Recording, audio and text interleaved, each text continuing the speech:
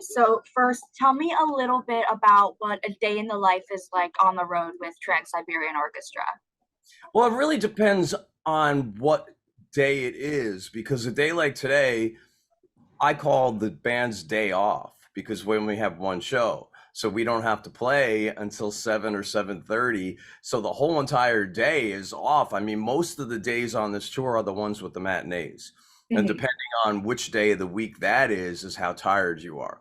So tomorrow we'll get the first set of matinees. So you'll get up, you do the afternoon show, you make it to the evening show, and then you wake up Saturday and you have the afternoon show hit you, and it's been building, and by the time you get to Sunday, it just gets more. So it really depends on what we have to do. I mean, whether or not we have any new music pieces we have to rehearse, is whether or not we do sound check.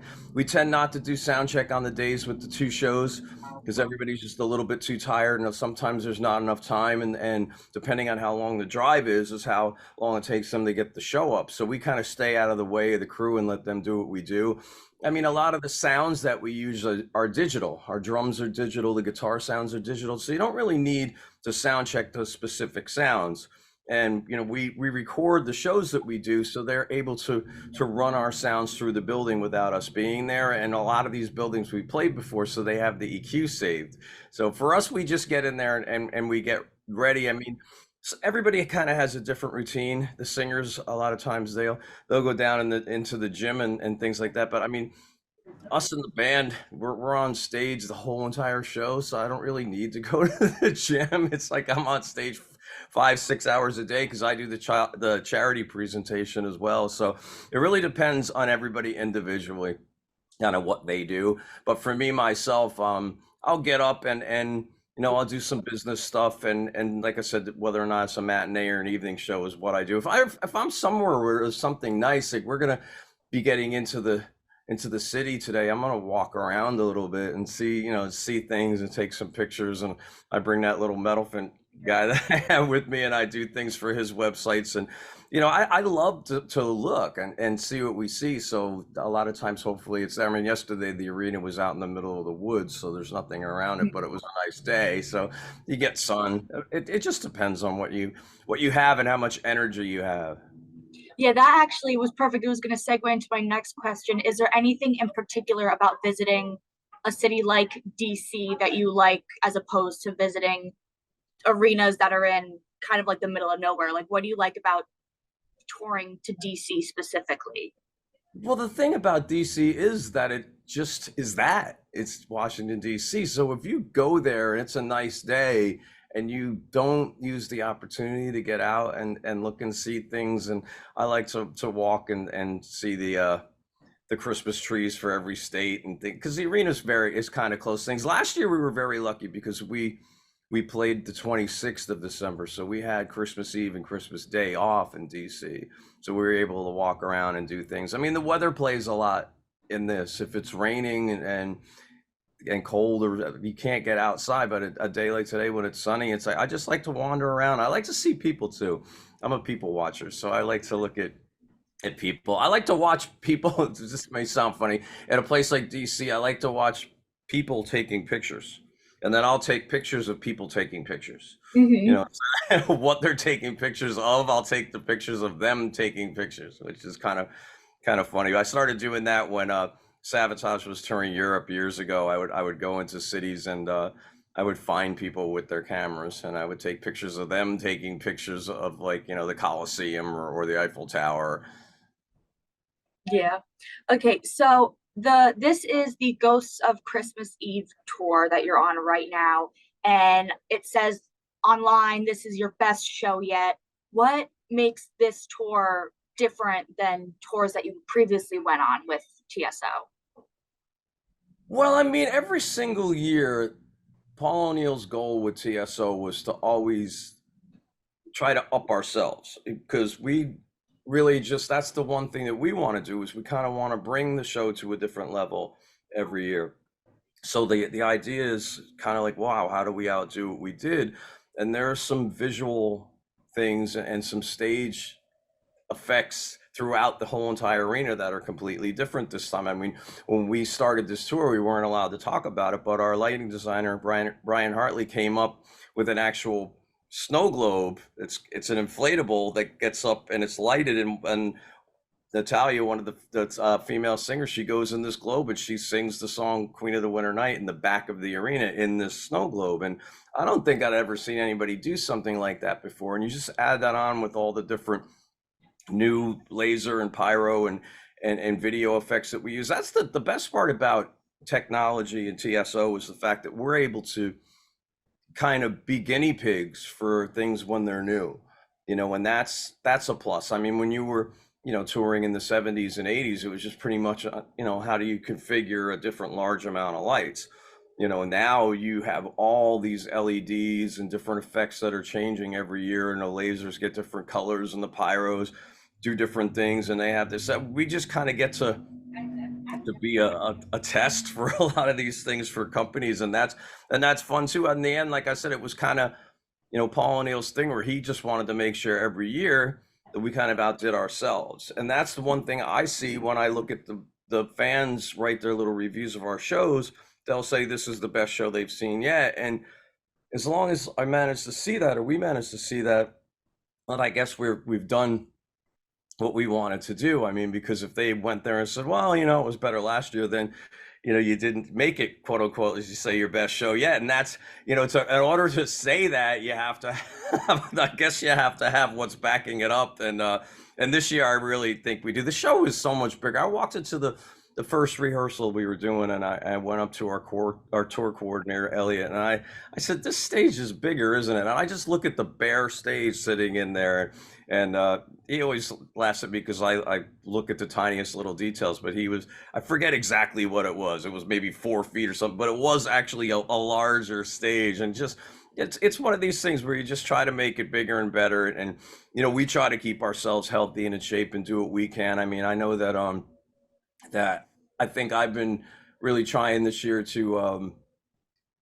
bring energy back to where I think I used when I may have been 20 years ago on stage. And it's not that you stop that, but I think, when you looked at videos and you compared how you were when the tours first started and you compared a couple of years ago, you're like, not necessarily you were getting lazy. Maybe you just,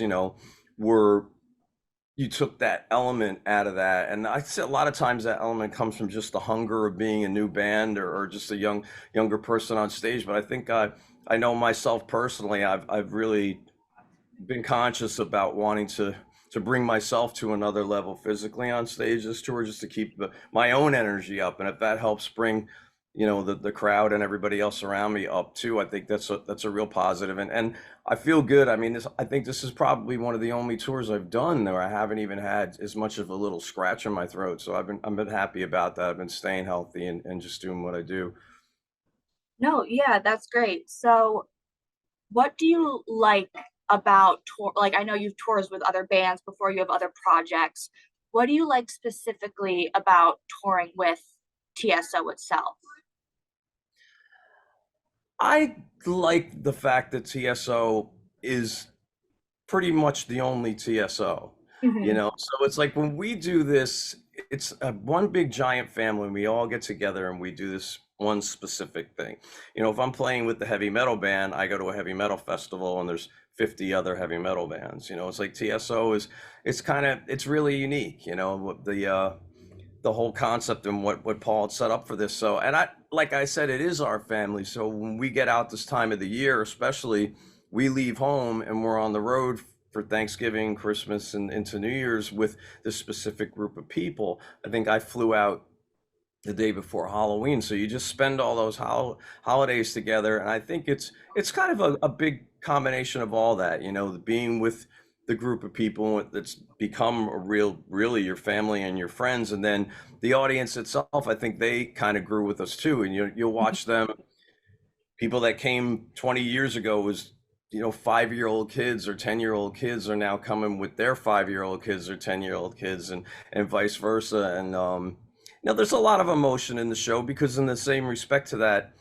some of the songs that Paul had written talk about people being away from people, during the holidays too. So we have a song, it's called Ornament, and it talks about an ornament missing from a tree, and you'll see people in the audience that may have lost a family member that went to the shows with them 20 years ago. So I think they come to us to be a part of our family with us, to tie it together with them, and to get all sappy about it. But it definitely, when you've lost people in your band, as we have, as in Paul and David and Daryl Pettiford, it's like you get there, and those people become, for ourselves, the ornaments that we miss from our own tree. So I think it's a big kind of a ball of emotion that gets together on that tour, and it's different than all other tours in that way that I go on. I mean, it's great and amazing to play anywhere in any kind of music, but this one specific band, it just has a really positive message in it. Just like I said, it brings a lot of people together. Mm-hmm. And so, I mean, TSO is ginormous. Your music has been featured in shows like The Office, and then whenever someone puts up lights and sets it to music, TSO is always the go-to. What is that like when you see a huge TV show or just so many people just using your music and you're like, that's me playing? Like, what does that feel like? It can be funny if you wake up in a hotel room and you fall asleep with the TV on, and you turn on the news, or there's an advertisement for you. Sometimes you don't even know if you're like in the middle of some weird dream, but you'll hear it. You will wander into Walmart or the mall or wherever you go, and you'll hear it, and it's just that time of the year where you put on the NFL game, and it'll be Fox, their halftime, and you'll hear dun, dun, dun, dun, dun, dun. It's just kind of funny. I mean, we've become that point. I remember the first time I started flying when TSO just came out, and you'd be on an airplane, somebody sitting next to you, and they'll go, "Who are you? What are you doing?" I'll be saying, "Well, I'm flying out to rehearse with the band. It's called Trans-Siberian Orchestra." At that time, maybe 1 in 20 people had heard of it or knew it, but now it's kind of just about everybody. That's really difficult to find out. I'm searching. Search for somebody who doesn't know who we are, but it's really difficult to find somebody who doesn't. So it's kind of cool to know that everybody hears it that way, and that you've reached that pretty much kind of level of what becomes a part of everybody's holiday and this time of the year too. So it's really cool. I enjoy it. I like walking into the stores and hearing it. And sometimes, with my hearing being a little bit challenged throughout the years, I won't even hear that it's on, and somebody be with me, we're like, "Do you hear that?" And I'm like, "What?" And they're like, "It's Christmas Canon." I'm like, "I can't hear it." It was the line in Christmas Vacation. You couldn't hear a dump truck pulling over nitroglycerin. It's kind of like one of these things where sometimes I don't hear it, so it may be on more than I know. So No, yeah, you guys are Christmas. Like, it's everywhere all the time this time of year. yeah, no, it's a good feeling. I like it, and it's crazy because there's so many bands that are doing TSO shows. They have their little, their cover bands, and they're out there, and I'll get friends of mine emailing, going, "Is this you playing this, theater, doing this?" I'm like, "No, and that's the most bizarre thing, that there's tribute bands to you, and you watch people in those shows that are emulating what it is that you do, and that, I mean, that's kind of to me, it is such it's flattering. It's kind of, I don't even know what to say when I see it. It's so crazy to know that you're a part of something, what Paul and Neil put together, that's become that much of a, I don't know exactly what they call it, juggernaut, but it's like kind of just that thing. I mean, TSO is TSO. Again, like I said, that's what makes it different than everything else to me. And then last thing, is there anything you want people to know about TSO or your tour, or just anything you want to share with people?